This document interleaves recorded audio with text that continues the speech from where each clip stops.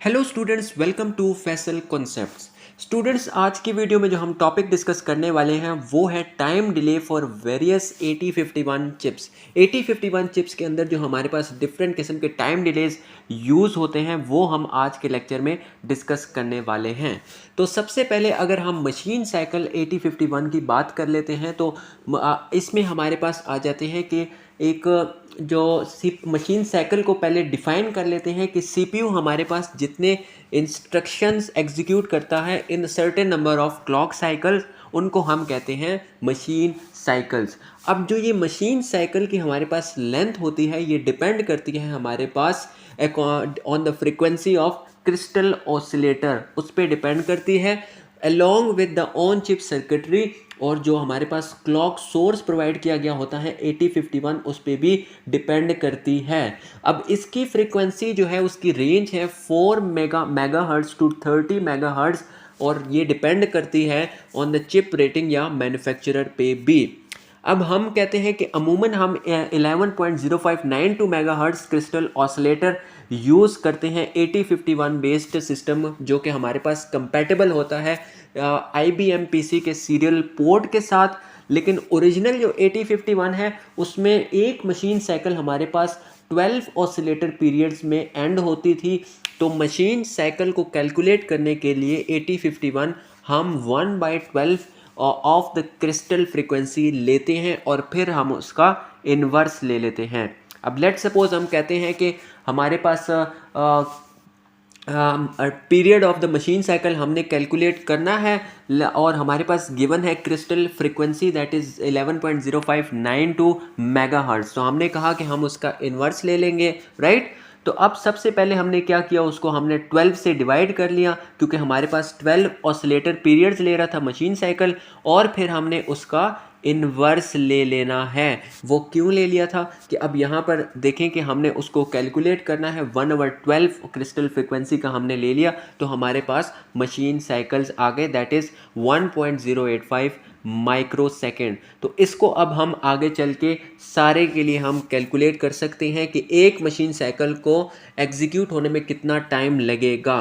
Let's suppose हम कहते हैं कि हमारे पास अगर हमने कोई वैल्यू मूव करनी है तो एक मशीन साइकिल लगती है मूव के इंस्ट्रक्शन में, तो उसको हम मल्टीप्लाई कर देंगे 1 × 1085 माइक्रो सेकेंड। और अगर हम डेक्रीमेंट करते हैं उसमें भी 1 मशीन साइकिल लगती है, उसको मल्टीप्लाई कर देंगे 1085। अगर हम DJNZ की बात करें तो वो हमारे पास 2 machine cycle same long jump, small jump और जो हमारे पास मल्टीप्लाई की ऑपरेशंस हैं ये सारी हमारे पास मल्टीप्लाई वाली हमारे पास 4 हमारे पास मशीन साइकिल्स लेती हैं। तो इसको हमने सिंपली जो एग्जीक्यूशन टाइम हमने कैलकुलेट करना है हर इंस्ट्रक्शन का, तो उसको मल्टीप्लाई कर देना है मशीन साइकिल्स जितने ले रहा है उसको, और जो हमारे पास period of the machine cycle है उसके साथ मल्टीप्लाई कर देना है, राइट। तो इस तरह से अब देखें कि अब कहता है कि अगर आपके पास कोई कोड मौजूद है और find the size of the, अब जो यहाँ पर डिले कह रहा है वो आ रहा है, वो किस तरह से आप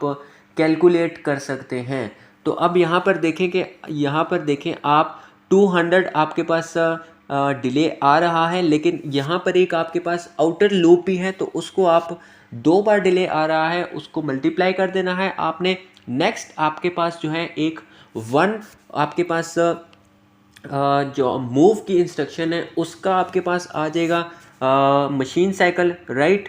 यहाँ पर देख सकते हैं 1 जो आप वैल्यू मूव कर रहे हैं उसका, और जो 2 है जिसको आप DJNZ है उसका आ जाएगा, और जो आप रिटर्न वैल्यू कर रहे हैं उसके भी आपके 2 मशीन साइकिल यहाँ पर इन्वॉल्व हो रहे हैं। तो इस 200 को आपने 2 से मल्टीप्लाई कर दिया, राइट। देन आपने +1 और +2, राइट। ये जो DJNZ था इसकी जो मशीन साइकिल 200 से मल्टीप्लाई रिटर्न और मूव के आपने उसके साथ ऐड कर दिए, फिर उसको आपने period of the machine cycle that is 1.085 micro seconds उसके साथ मल्टीप्लाई कर दिया, तो आपके पास जो डिले आ रहा है उसका साइज़ आपके पास आ जाएगा। यहाँ पर अब कहता है कि अगर आपके पास NOP आपके पास यूज़ हुआ है, नो ऑपरेशन आपके पास यूज़ हुआ है, तो उसमें आपके पास डिले किस तरह से आएगा और किस तरह से आप कैलकुलेट कर सकते हैं। अब यहाँ पर अगर आप देखें तो सबसे पहले आपके पास डिले आ रहा है कि मूव है तो उसका 1 मशीन साइकिल है, और जो नो ऑपरेशन है उसके 1 तो 4 नो ऑपरेशंस हैं। तो अब इन चारों को ऐड किया आपने, फिर जो आपके पास देखें यहाँ पर आपके पास जो है 250 है, उसको आपने इन सब से मल्टीप्लाई करना होगा, राइट। फिर आपके पास DJ and Z है, उसको ऐड कर दिया, इसको 250 से मल्टीप्लाई कर दिया, राइट। और उसके बाद जो है आपने क्या किया, 1.085 से उसको मल्टीप्लाई कर दिया। लेकिन ये अभी आपके पास जो इंटरनल लूप है सिर्फ उसकी आपके पास इसकी वैल्यू आई है। तो जो आउटर लूप है आपकी, उसकी ये जो डिले है आपका 1 प्लस और रिटर्न 2, तो ये 3 आपने इसमें ऐड करके और इससे 1.085 से मल्टीप्लाई कर देना है। तो आपके पास जो ओवरऑल है वो आपके पास डिले का साइज़ आ जाएगा। तो इस तरह से जो है आप डिले अपना कैलकुलेट कर सकते हैं। आगे और भी एग्जांपल हैं तो हम इसमें ज़्यादा नहीं जाएंगे, आपको जिस तरह से हमने बता दिया उस तरह से आप कैलकुलेट कर सकते हैं। ये नेस्टेड लूप का डिले हो गया। और फिर जो है अगर 8051 का डिले आप निकालना चाहते हैं वो किस तरह से, वो इस तरह से आप निकालेंगे कि अब डिफरेंट वर्जन्स आपके पास हैं 8051 के। तो अगर हमारे पास नंबर 1 है दैट इज़ 8089C51, उसका डिले निकालना चाहते हैं तो अब हम उसको 12 से डिवाइड करते हैं। हमारे पास जो गिवन है हमारे पास फ्रीक्वेंसी, उसको 12 से डिवाइड करना है, फिर उसका रेसिप्रोकल 1 से इन्वर्स ले लेना है, राइट। फिर अगर हमारे पास P89C54X2 है तो उसको 6 से डिवाइड करना है और 1 से उसका इन्वर्स ले लेना है। अगर हमारे पास DS5000 है तो उसका हमने 4 से डिवाइड करना है अपनी फ्रीक्वेंसी को और 1 से इन्वर्स ले लेना है।